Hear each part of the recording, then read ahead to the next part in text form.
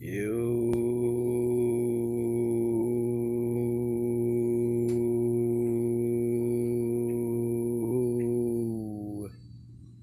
live and uncut. So I don't know. AI was mad because I was giving up some nuggets. You know what I'm saying? So I had to just give it a break because it just cut my whole video slap off, and I was already getting some interference. I was feeding the little animals and stuff down there at the water where I was at, and some little like New York size fucking field rat was trying to get the bananas and stuff that I was feeding to the birds. So that's what had kind of distracted me. And so anyway, what I was saying about Osiris and our ancestors, basically they was showing us on the Kemet wall what the what is. You feel what I'm saying? They was showing us.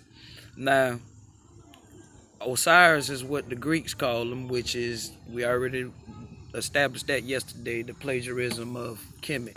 Okay, so I'm gonna call what the name that in the spiritual science I follow. I'm gonna call them by those names, which is Asar.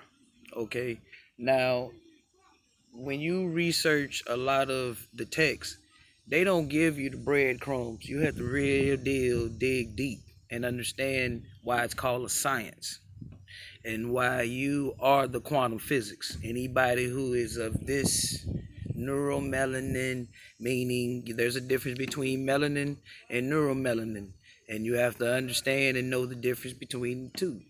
So all black skin ain't created equal. You feel what I'm saying? So once you understand that, then you will understand when I say quantum physics, and you are the quantum physics. You are what they study.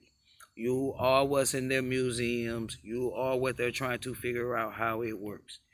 Now, the Sar, Hunru, and Aset story is basically explaining to you the creation story, which is none other than electricity. You are an electrical being. You are an electrical being. You are an electrical being. And this is the source of your power.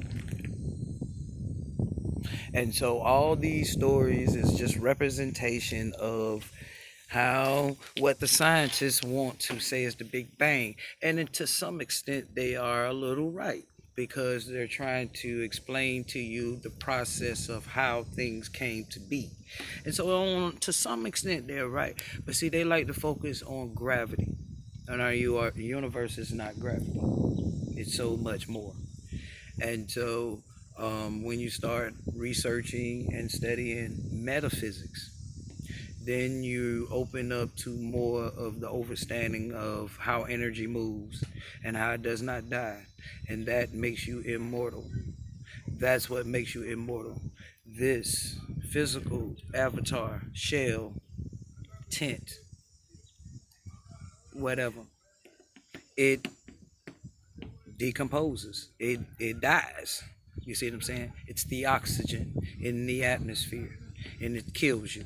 Every time you take a breath, you're literally dying. That was the curse on us. See, we were more amphibians as waters was above and they were below. See, and so we was the waters was divided. The Kemet story tells you this. They tell you and explain to you how the realm of air came to be. See, so once you understand metaphysics and the whole descension of us coming from a 22 strand DNA being to a literally, they say it's two, I think it's three, I think some of us have still three. That's what I really truly believe, and I know. You know what I'm saying? That's why they're always constantly poking you, getting blood samples, wanting to know this, wanting to track you. They track you, track you, track you. You see what I'm saying? They do that for a reason. I say to the motherfucking ancestors,